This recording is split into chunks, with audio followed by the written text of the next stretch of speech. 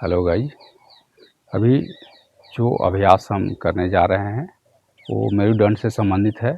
यानी आपका एड़ी से पीछे पिंडली, कमर, बदन, मेरुदंड और गर्दन, यानी बैक पेन का जिनका दिक्कत है या पीछे मेरुदंड की समस्या है, कमर दर्द की समस्या है, घुटना की समस्या है या पीछे पीठ की समस्या या गर्दन की समस्या है, इन सारी समस्याओं का ये समाधान के लिए योग अभ्यास हम करेंगे। और जो व्यक्ति का ये गर्दन टेढ़ी हो रहती है, पीछे तरफ झुक कर चलते हैं, तो उनके लिए भी ये रामबाण साबित होता है। जो बच्चा छोटा उम्र में बड़ी बैग लेकर स्कूल जाते हैं तो उनका इस तरह से झुका हुआ वो रहते हैं, तो उनका स्कूल बार बार प्रत्येक दिन जाने से उनका रूटीन वर्क में हैवी बैग ढोने से क्या होता है कि उनका इस तरह से हमेशा ये बोझ बना हुआ रहता है और बाद में जब स्कूल के पढ़ाई ख़त्म हो जाती है तो इनका इसी तरह से आदत ये रह जाता है। तो इसको सुधारने के लिए कुछ आसन का अभ्यास हम करेंगे, जिससे आगे झुकने वाले, झुक कर चलने वाले समस्या का समाधान या मेरुदंड की होने वाली समस्या का समाधान हम इस प्रकार आसन के अभ्यास से ठीक कर सकते हैं।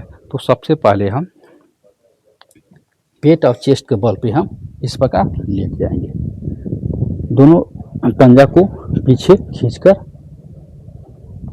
पीछे तरफ आसमान की ओर रहेगा। दोनों हथेली को चेस्ट के समीप इस प्रकार रखें।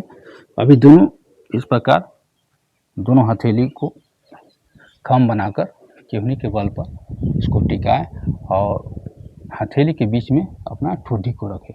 ऐसे रखने से जो मेरुदंड की समस्या है, कमर की समस्या है, गर्दन का समस्या है या झुक कर चलने या रहने की समस्या है, तो उससे क्या होता है कि मेरुदंड का सीधाई मिलता है और शरीर आपका सीधा और स्वस्थ बनता है। तो इस प्रकार इस आसन को आप अभ्यास करें। इसका नाम मकर आसन। मकर आसन से बैक पेन या बैक सपोर्ट का जो इतना भी समस्या होती है वो ठीक होती है। तो इसको जितना समय तक आप दे पाएँ, सुबह जब खाली पेट हो तो इसका अभ्यास करें।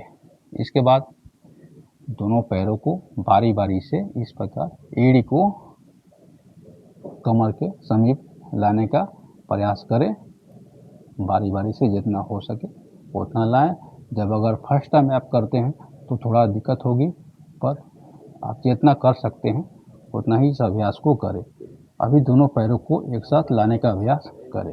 इस प्रकार आगे पीछे सांस लेते हुए आगे लाएं और सांस छोड़ते हुए पीछे ले जाएं। सांस लेते हुए आगे लाएं और सांस छोड़ते हुए पीछे। आप सांस के साथ भी कर सकते हैं और सामान्य तौर पर भी आप इस कार्रवाई को कर सकते हैं। इसी से संबंधित दूसरा एक्सरसाइज नाम भुजंगासन। अभी पैरों को, तलवों को आसमान की ओर खींच के रखें। दोनों हाथों को चेस्ट के समीप लाएं। अभी सांस लेते हुए सीधा सर्प के आकार को शरीर को अपना बनाए। सांस लेते ऊपर उठे, कुछ पल सांस को रोक के रखें। गर्दन तनी हुई आसमान को देखें, एड़ी कमर सीधा।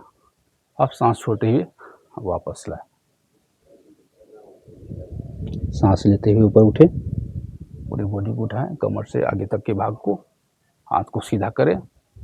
सांस छोड़ते हुए वापस आ जाए। सांस लेते हुए ऊपर उठाएं बॉडी को, पूरे शरीर को बाजू की ताकत से पूरा खींच के रखें। सांस छोड़ते हुए वापस आ जाए। नेक्स्ट है तिर्यक भुजंग आसन। तिर्यक भुजंग आसन में दाहिने और बाएं बॉडी को ले आते हुए पीछे तरफ ताकने का अभ्यास करना है।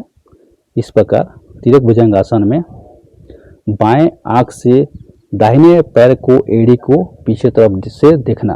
सांस लेते हुए सीधा उठे ऐसे और पीछे तरफ मोड़ने के बाद एड़ी को अपना निगाह बाएं दृष्टि से टिकाएं। कुछ पल सांस को रोक कर रखें, जितना आप संभव रोक के रख सकते हैं। फिर सांस छोड़ते हुए वापस अपनी अवस्था में आ जाए। फिर राइट साइड से सांस लेते हुए पीछे दाहिने आंख से बाएं एड़ी को, निगाह को टिकाएं।